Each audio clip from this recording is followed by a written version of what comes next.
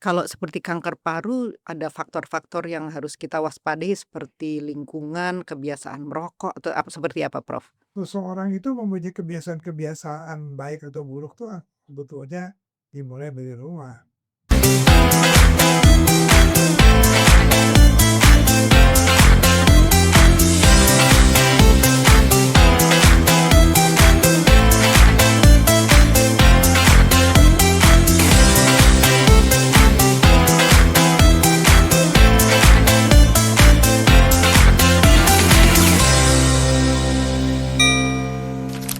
Halo sahabat YKI, selamat datang di podcast Yayasan Kanker Indonesia YKI TV. Hari ini kita akan berbincang dalam episode spesial berjudul Berani Sejak Awal Deteksi Dini ke Aksi Sehat. Podcast ini terselenggara atas dukungan PT Anugrah Farmindo Lestari atau APL. Sahabat YKI, bersama kita telah hadir Profesor Dr. Aru Wisaksono Sudoyo, SPPD Kahom, Finasim FACP, Ketua Umum Yayasan Kanker Indonesia, dan tokoh penting dalam dunia onkologi Indonesia. Pada kesempatan ini kita akan menggali bersama mengapa deteksi dini itu krusial, bagaimana kita bisa mulai dari sekarang, dan apa saja langkah sehat yang bisa kita ambil untuk melindungi diri dan orang-orang tercinta. Yuk kita mulai obrolan penuh makna pada kali ini. Prof. Aru, mengapa deteksi dini kanker menjadi fokus utama Yayasan Kanker Indonesia saat ini? Ya, deteksi dini itu menjadi fokus YKI bukan hanya saat ini, tapi sejak awal dan seyogianya malah harusnya menjadi fokus utama negeri ini. Mengapa? Karena kanker semakin lama semakin banyak jumlahnya. Seperti kita ketahui, faktor risiko kanker itu 90% berasal dari faktor risiko lingkungan, environment, kebiasaan, apa yang kita hirup, apa yang kita makan. Kemudian pasien-pasien kanker itu datang ke dokter itu 70% sudah dalam stadium tinggi. Ada stadium 1, 2, 3, 4, 70% datangnya stadium 3 dan 4. Apa arti semua ini? Beban, biaya, perasaan, waktu, kehilangan, beban bagi negara dan beban bagi pribadi dan keluarga. Jadi deteksi dini ini pentingnya bukan hanya soal ditemukan kanker saja dalam stadium dini, tapi bahwa dengan ditemukan itu maka masyarakat akan terbebas dari beban yang amat sangat besar bila kanker itu ditemukannya sudah dalam stadium lanjut. Angka kanker di Indonesia tidak akan turun dengan rumah sakit canggih. Angka kanker di Indonesia, angka kematian tidak akan turun dengan peralatan-peralatan yang canggih. Tidak juga dengan obat-obatan yang mahal-mahal. Tapi angka kanker itu diturunkan dengan ditemukannya kanker dalam stadium dini itu. Mengapa? Karena, ini seperti juga moto dari YKI, bila kanker ditemukan dalam stadium dini, maka kemungkinan untuk sembuh total amat besar. Jadi dengan begitu, maka secara statistik pun angka kanker akan turun. Dari segi pembiayaan negara, dari segi keuangan keluarga akan amat sangat rendah bila ditemukan dalam stadium dini itu. Karena itulah deteksi dini menjadi fokus dari dulu dan sampai kapanpun itu menjadi fokus dari Yayasan Kanker Indonesia. Oke, Prof. Jenis kanker apa saja yang paling bisa dicegah atau ditangani lebih baik jika terdeteksi lebih awal? Nah, ini sebetulnya jujur saja tidak semua jenis kanker ada pemeriksaan deteksi dininya. Oke. Contoh pankreas. Tapi sebetulnya deteksi dini yang paling penting adalah kesadaran masyarakat, kesadaran seseorang bahwa dalam tubuhnya ada sesuatu yang tidak lazim atau tidak normal. Jadi sebenarnya deteksi dini pertama adalah awareness atau kesadaran seorang bahwa ada beberapa gejala. Contoh, ada benjolan jelas, ada benjolan.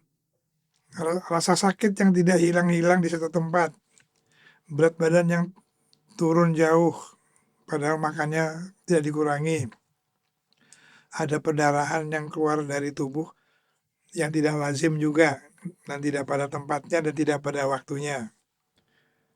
Ada andeng-andeng yang semakin lama semakin besar. Itu nggak diperhatikan Pak Rumia. Ya. Ada pola buang air besar yang berubah. Ini penting sekali karena ini menunjukkan awal dari kanker usus besar. Sebuah kanker yang dulu sekali pada waktu saya masih gondrong dulu, itu kanker usus besar nggak dianggap. Sekarang sudah nomor 3 di Indonesia. Mengapa? Gaya hidup kita. Nanti kita akan bicara soal itu. Jadi itu dulu, mengenali keluhan dari tubuh kita. Listen to your body. Ya. Kalau bahasa di kampung saya tuh. Baru nanti ada beberapa pemeriksaan tertentu yang memang bisa mendeteksi jenis kanker tertentu.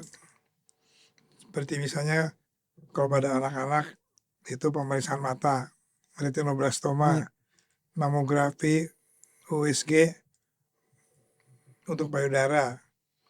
Ada yang lebih penting lagi yaitu pemeriksaan payudara sendiri atau sadari. Iya. Karena pada akhirnya yang seharusnya yang menemukan kanker payudara pertama kali adalah Diri sendiri. pemilik payudara itu. Oh, ya. Lalu pap smear.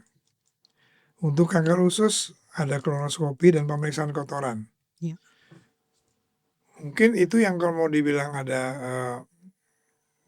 pemeriksaan deteksi dini. Oh ya, ronsen paru. Iya. Sesuatu yang semua ini bisa dilakukan secara rutin dan harus dilakukan secara rutin. Yang lain bergantung dari gejala apa yang muncul sih, tapi yang paling bisa mendeteksi ya tadi itu. Kalau seperti kanker paru, ada faktor-faktor yang harus kita waspadai seperti lingkungan, kebiasaan merokok, atau seperti apa, Prof? Ya, merokok merupakan faktor risiko paling besar untuk kanker paru dan kanker-kanker lain. Ya, jadi seperti kita ketahui, kalau kita merokok itu maka kita menghirup bahan-bahan dari kertas yang bagian dari rokok, tembakau dan tembakaunya. Ada yang bilang pakai filter berkurang, itu mitos, sama sekali enggak. Jadi kalau kita melihat pada rokok itu ada beberapa ratus bahan kimia yang terkandung dalam rokok yang dapat memicu kanker. Dan bukan hanya kanker paru, dari mulai kanker otak sampai leukemia, sampai kanker usus besar, kanker hati dan sebagainya.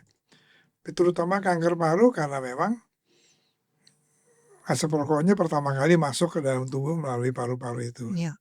Dan jujur saja kita belum memenangkan pertempuran melawan industri tembakau. Iya. Bukannya juga kurang dukungan dari pemerintah. Saya akan bicarakan on the record ini. Tapi juga karena memang bagian dari kebiasaan masyarakat. Iya. Ada yang mengatakan itu budaya kami dan sebagainya. Oh, rokok kretek itu memang itulah Indonesia dan sebagainya. Jadi budaya, dukungan dari pemerintah juga kurang, dan kesadaran sebetulnya para dokter juga harus sering mengingatkan pasien. Iya. Walaupun dia berobatnya untuk sakit lambung, tetap ingatkan, kamu rokok nggak? Stop merokok dan sebagainya. Itu tanggung jawab kita semua. Betul, Gitu. betul. Nah, Prof, Tapi banyak masyarakat yang masih merasa takut atau enggan melakukan screening, Prof. Jadi bagaimana kita bisa mengubah pola pikir seperti ini? Ya, jadi ini sebetulnya, kita bicara psikologi ya. Ya. Banyak yang tidak mau periksa karena tidak ingin mendengar hasilnya. Hmm. Banyak di daerah-daerah juga ibu-ibu yang tidak mau pap smear karena dilarang oleh suaminya. Mengapa? Nanti bikin repot. Nanti kalau ada hasil. Jadi seperti ada denial atau penyangkalan. Jadi menyangkal, orang lain kok yang kena kanker, kita enggak. Kita kan orang baik-baik dan Iya. sebagainya.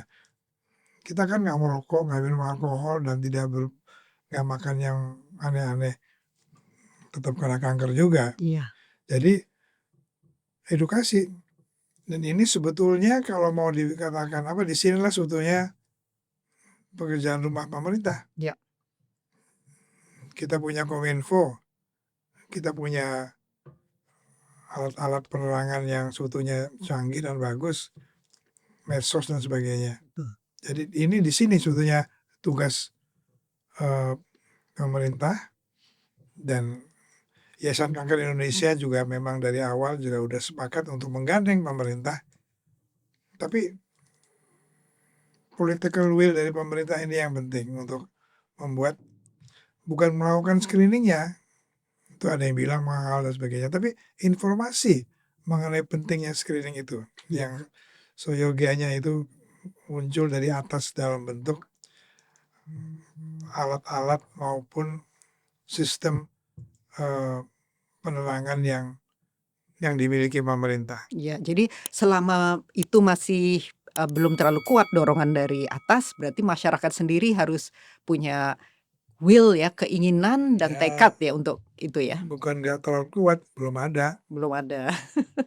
Baik, Prof. Jadi kalau begitu apa saja sih sebetulnya langkah konkret yang bisa dilakukan masyarakat ya supaya mereka bisa hidup lebih sehat, supaya bisa mencegah kanker? Kita masyarakat kita mempunyai sistem yang dipuji oleh dunia, Iya. yaitu yang sistem RT, RW, lurah, Ya. kecamatan. Apa tuh dalam bahasa Inggrisnya, mungkin yang namanya community, Iya, ya, neighborhood system juga ya. neighbor system. Ya. Kita juga punya sebuah sistem kesehatan yang juga dulu dipuji pemerintah, yaitu community health center atau puskesmas. Iya. Jadi masyarakat itu bagian dari puskesmas dan sebaliknya. Dimulai dari yang paling kecil, seperti kita ketahui,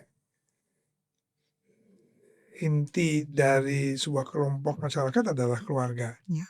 Tapi kalau, nah, dan kita ini orang Indonesia amat sangat community centris, baik itu berdasarkan kelompok etnik, area tempat tinggal, strata masyarakat, tapi kita itu mempunyai suatu sistem di mana kalau itu diaktifkan, maka itu amat sangat bagus. Misalnya dari kelurahan ke bawah, mengingatkan untuk pemeriksaan, mengingatkan untuk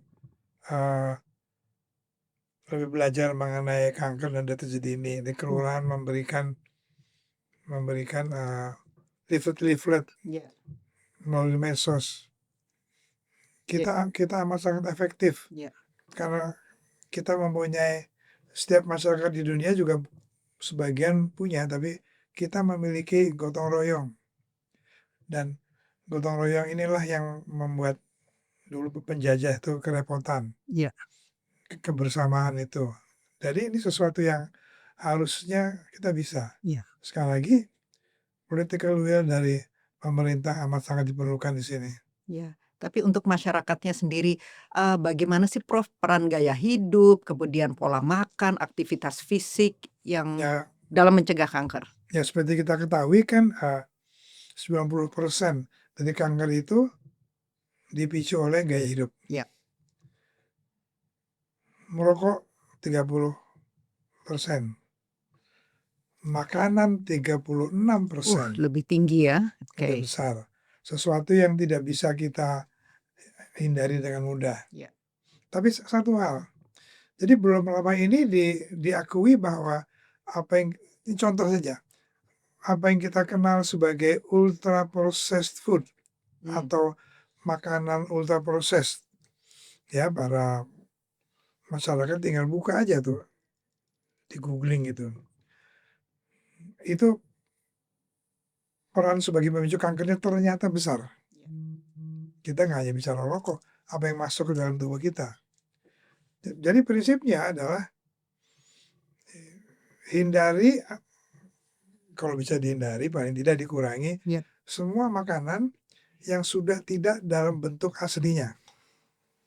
Jadi satu, dan kedua, makanan yang dapat disimpan lama di supermarket. Ya. Yang kalau kita balik itu kotaknya, daftarnya panjang sekali mengenai ingredient atau isinya. Dari mulai corn syrup, starch, zat warna nomor sekian. Kalau sudah ada itu, hindari.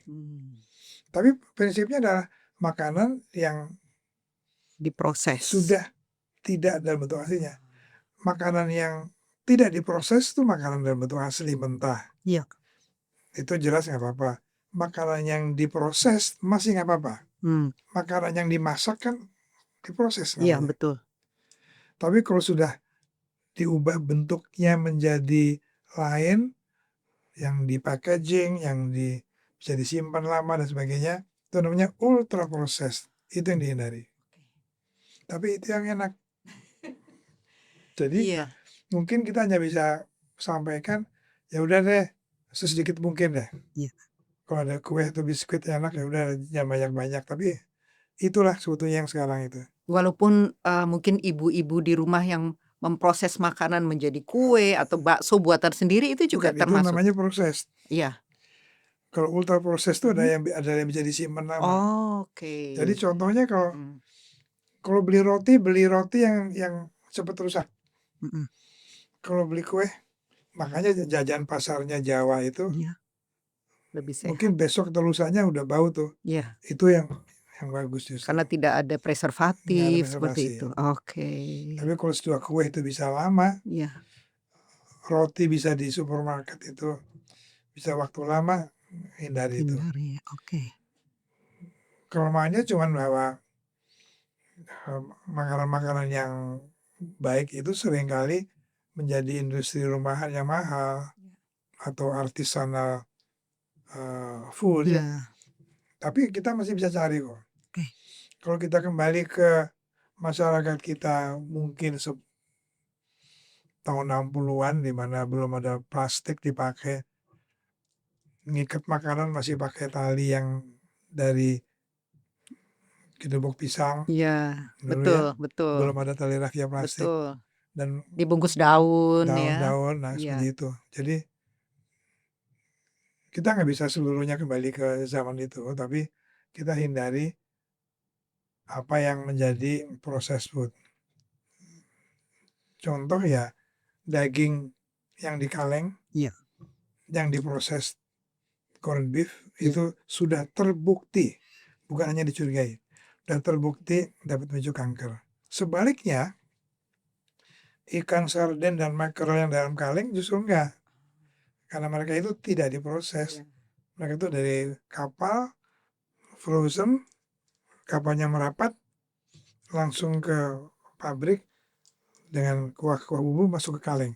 Jadi justru kalau pada sardin pada ikan justru malah Aman. aman dan dianjurkan. Makin kecil ikannya makin bagus. Iya. Ya, sekarang daging salmon sudah bukan lagi daging yang didambakan sebagai sehat. Justru malah sekarang jangan banyak-banyak. 2 kali seminggu paling banyak. Kenapa? Mercury. Karena laut di dunia juga sudah tidak lagi pristine atau murni Iya. karena banyaknya logam berat itu. Semakin besar ikannya, semakin banyak logam berat. Kurangi saja, bukan berarti enggak juga, karena salmon juga ada mengandung bahan-bahan yang sehat seperti yang omega 3 dan Betul, sebagainya. betul. Jadi jangan banyak-banyak aja. Oke. Saya Semua saya selalu mengatakan kepada pasien, apapun yang baik, termasuk uang ya, kalau kebanyakan tuh bikin penyakit. Jadi jangan kebanyakan of ya, everything, ya, gitu. ya Semuanya cukup-cukup saja ya. in moderation, jangan kebanyakan. Oke, Kita baik. manfaatkan kebaikannya, yang kalau kebanyakan malah menjadi tidak baik. Ya, betul. Prof, bisa disebutkan nggak sih di Yayasan Kanker Indonesia itu ada program atau layanan apa yang bisa membantu masyarakat untuk memulai aksi-aksi sehat ini? Ya, jadi sebetulnya Yayasan Kanker Indonesia itu mempunyai banyak cabang ya, Ya, baru cabang baru, mungkin sekitar 130 cabang seluruh Indonesia, di mana di setiap provinsi sudah ada sebagai koordinator. Jadi pertama adalah program-program deteksi dini. ya, Program-program di mana bagi mereka yang punya cabang-cabang mempunyai peralatan dan kegiatan deteksi dini seperti pap smear, IVA, dan sebagainya. Mamogram tidak semua punya, tapi seringkali kerjasama dengan rumah sakit setempat. ya, Lalu yang paling penting adalah edukasi. Itu layanan yang di mana kami untuk Yayasan Kanker Indonesia itu kuatnya di situ, mhm, dalam edukasi. Dan karena kami itu adalah NGO atau LSM, lebih mempunyai ruang gerak untuk main di akar rumput, tidak terikat oleh birokrasi. Dan saya selalu sampaikan, kami atau YKI harus selalu kerjasama dengan Sudinkes tempat. ya, Karena Dinkes tempat itulah perangkat resmi dari pemerintah yang mempunyai tugas dari presiden sebetulnya untuk menyehatkan masyarakat. Nah, YKI itu menggandeng, dan YKI itu punya tentara-tentara yang khusus, yaitu anggota masyarakat, ibu-ibu, mahasiswa, anak-anak muda yang tidak terikat oleh kepegawaian dan tidak terikat oleh aturan-aturan birokrasi. Jadi kami bisa membantu pemerintah dalam hal itu. ya. Nah, ini kan bicara masyarakat, keluarga, bagaimana sih peran keluarga dan komunitas dalam mendukung deteksi dini dan aksi hidup sehat ini?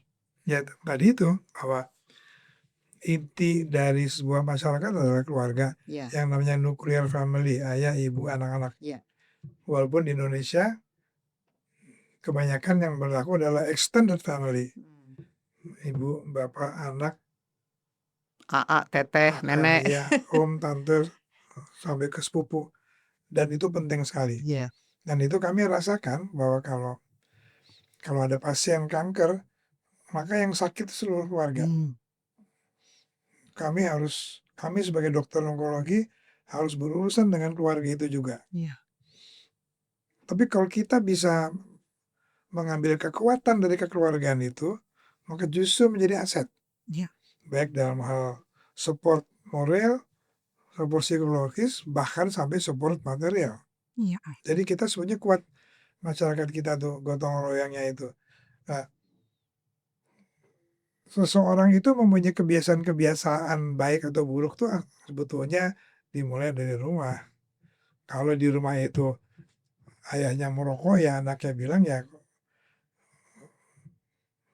laki-laki yang saya junjung tinggi itu merokok, ya apa salahnya kalau saya nanti juga merokok gitu. Jadi iya, di situ peran keluarga, iya, cara hidup, cara makan, cara memilih makanan dan sebagainya itu datangnya dari ayah, ibu, dan policy yang diterapkan dalam diterapkan. keluarga itu. Iya, iya. Di situ dimulainya itu. Penting sekali ya berarti peran keluarga dalam penerapan pola hidup sehat ya, Prof, ya? Mungkin kalau nggak ada peran keluarga, kita udah amburadul, kita nggak Iya, ada iya, iya, kekuatan pemerintah juga nggak akan bisa seperti sekarang, karena nukleus atau inti-intinya itu bergerak sendiri-sendiri, iya, iya. itu. Nah, Prof, sekarang ini kan kaum muda itu sepertinya lebih punya suara ya. Bagaimana harapan Prof Aru terhadap generasi muda dalam perjuangan melawan kanker nih? Apa nih yang muda-muda harus lakukan sekarang?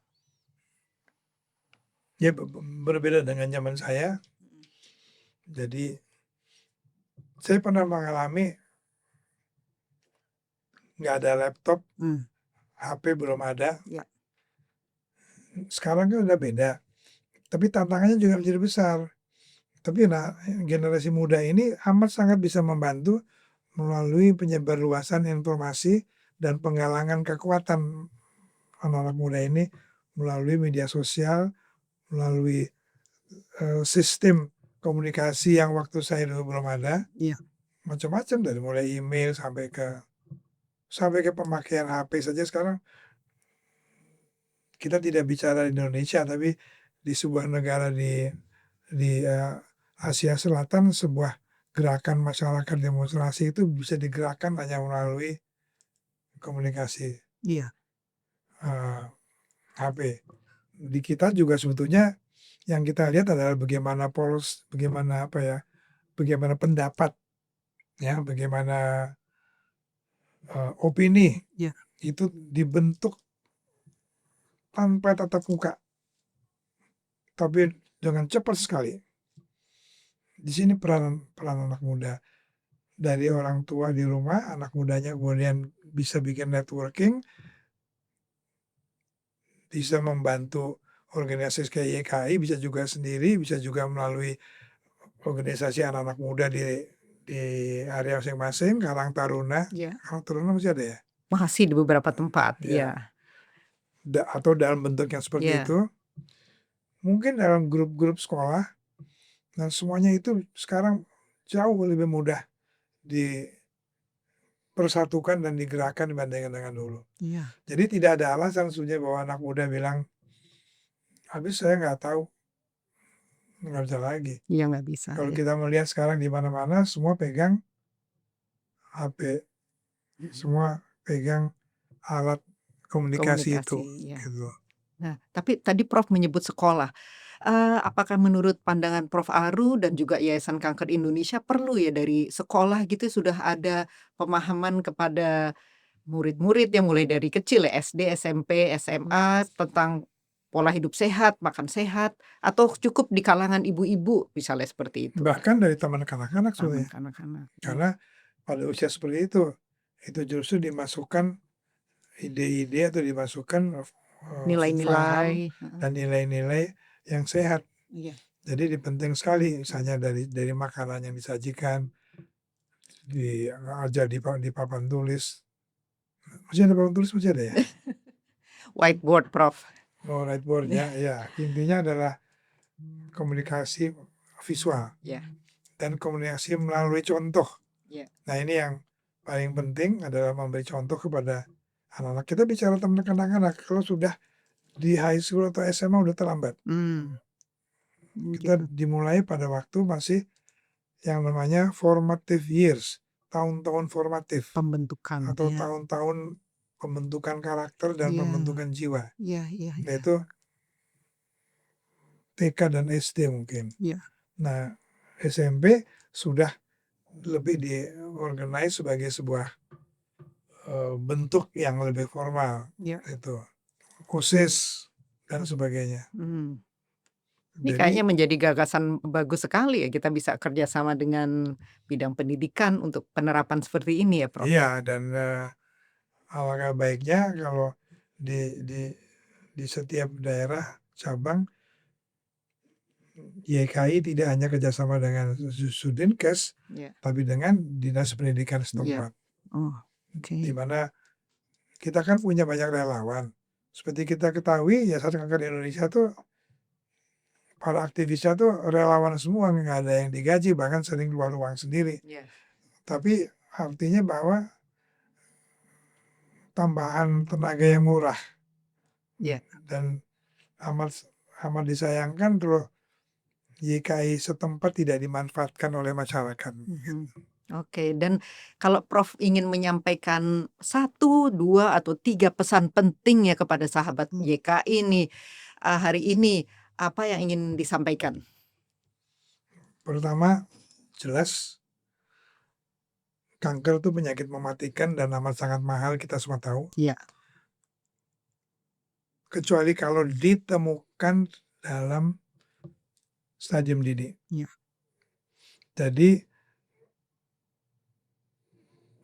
deteksi dini itu atau, temuilah kanker dalam stadium dini itu. Iya. Dengan begitu akan mengurangi penderitaan besar sekali.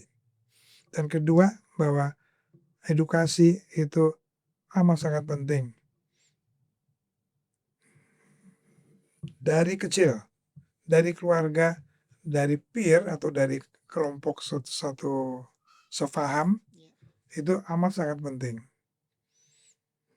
Dan bahwa kanker itu dengan 2 tadi, kanker di Indonesia bisa diturunkan angka kesakitan atau morbiditas dan angka kematian yaitu mortalitas. Sekali lagi, bukan dengan rumah sakit besar-besar, bukan dengan alat yang mahal-mahal, itu diperlukan memang. Iya. Tapi untuk menurunkan angka kanker di Indonesia, edukasi dan deteksi dini, 2 itu. Iya.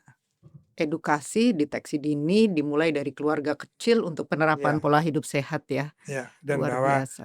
lingkungan gaya hidup itu yang utama. Gitu. Iya, luar biasa sekali kalau begitu. Ya mudah-mudahan nih Prof, kita di Yayasan Kanker Indonesia ini juga bisa selalu membuka pintu ya untuk, masyarakat yang ingin menjadi relawan, dalam penanggulangan kanker ini ya Prof Iya. ya? Ya. Jadi sebuah kelompok masyarakat bisa minta ke YKI untuk tolong, eee, bantu kami untuk memformulasi sebuah program Iya. misalnya. Oke. Nanti kita gandeng Iya. pemerintah, tapi kita gandeng juga masyarakat. Oke, bagus sekali. Wah, Prof Aru terima kasih banyak nih, wawasan yang luar biasa, semangat yang luar biasa untuk mendorong masyarakat menerapkan pola hidup sehat, melakukan deteksi kanker, sejak awal ya.